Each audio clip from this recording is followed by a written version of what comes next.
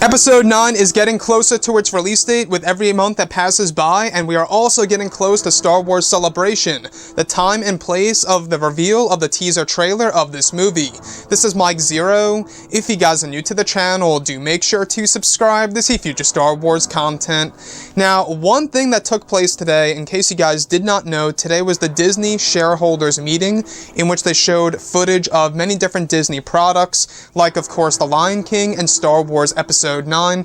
A lot of shareholders were able to see the first glimpse of Star Wars Episode 9, a couple of shots, the first pieces of footage of Episode 9 that we will be talking about today, and this all is, of course, thanks to a man named Scott Lewig. He's actually an IT pro living in Microsoft world and liking it. Loves to travel and eat good food, as he says on his Twitter account. That will be linked below in the description. Now, Scott actually got a chance to go ahead and see some footage of Episode 9. If you guys would like to go ahead and check out those tweets below in the description and in the comments, they will be linked below down there. And it does confirm a couple of things that we have been talking about, and it's very interesting indeed, so let's get right into it. So, what he had to say was this. We saw a blockade runner in an abandoned-looking hangar, an explosion knocking stormtroopers in a starship hangar bay, Kylo Ren in a white room, looking at the Vader helmet, Rey, Finn, Poe in the Millennium Falcon cockpit, Lando briefly, Rey with Chewie's bowcaster, Finn in some abandoned ship-looking interior. Scott also says that there's no mask for Kylo Ren in that sequence involving the Darth Vader helmet. Now, additionally, he states that Kylo, was in a room, like in the Rebel blockade runner style, that bright white, and he's looking down as a box or container opens to reveal the charred Vader helmet. Again, he's not wearing a mask in this sequence. We see a marketplace scene with Rey walking through and some aliens.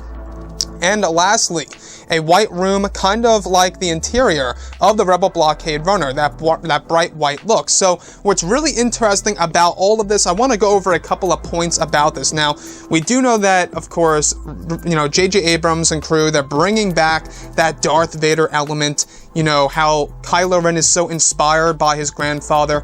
They're bringing that back into Episode 9 in a different way. So in The Force Awakens, he looked at the Darth Vader helmet with his helmet on.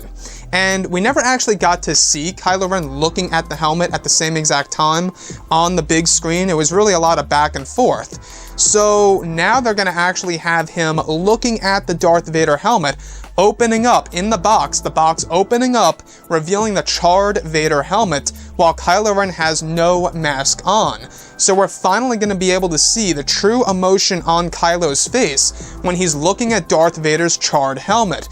Now, the other one that I do want to go over is the blockade runner sequence that is being described. So, you guys may remember the popular sequence at the very beginning of Star Wars A New Hope on board of the Tantive 4, where it's got that bright white, light look where the rebel soldiers are running around. There's a sequence that mimics that in Episode 9. That also does involve characters like Rey, Finn, and Poe. I also want to go over this marketplace that was described by Scott. Now, this marketplace, what's really intriguing about all of this is that the marketplace is most definitely going to take place on the Exotic City.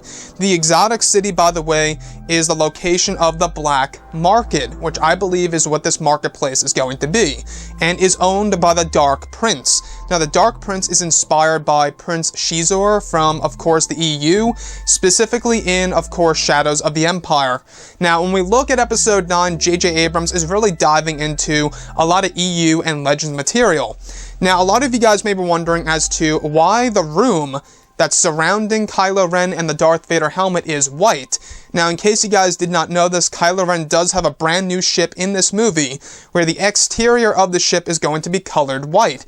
So is it possible that inside of the ship, there's also going to be bright white LEDs that illuminate the entire interior of his ship in Episode 9? Now, the other one that I do want to go over is the hangar base sequence. We've actually heard about this before in the past, and we've been going over this. It takes place in the third act of the movie. Scott describes a hangar base sequence with a large explosion, knocking down, of course, stormtroopers, and also involves Rey, Finn, and Poe. There's also a sequence that involves Rey, Finn, and Poe in the Millennium Falcon, as well as a brief shot of Lando Calrissian, stormtroopers, etc. So, like I said, guys, the Disney shareholder meeting took place today. They showed a lot of footage for The Lion King, Star Wars Episode 9. I believe they showed footage of Endgame, if I'm not mistaken, and even Aladdin. And he even expressed that if you guys are a little kind of annoyed or a little, put off of how the genie was presented in Aladdin, he said, don't worry about it. It's going to put that to rest when you actually go ahead and see the film. So, in his eyes, at least, it looks great. So, looking at Episode 9, guys, I think that it's very promising still. Like I say, same exact thing happened with The Last Jedi. Same exact thing happened with Rogue One with the shareholder meeting. They show pieces of footage privately. These are not going to be revealed in any way, shape, or form unless they're going to be used in an actual teaser trailer. So we're not going to see these little snippets. It's actually said that it was a mixture of a BTS reel and actual scenes for Episode 9 that was shown to the shareholders just this morning. So anyways, guys, drop a comment below. Let me know what you think about all of this in the comments. And if you guys did enjoy the content for today, do make sure to drop a thumbs up on this video to support the channel. I thank you all so very much for the kind support, and I'll catch you guys next time.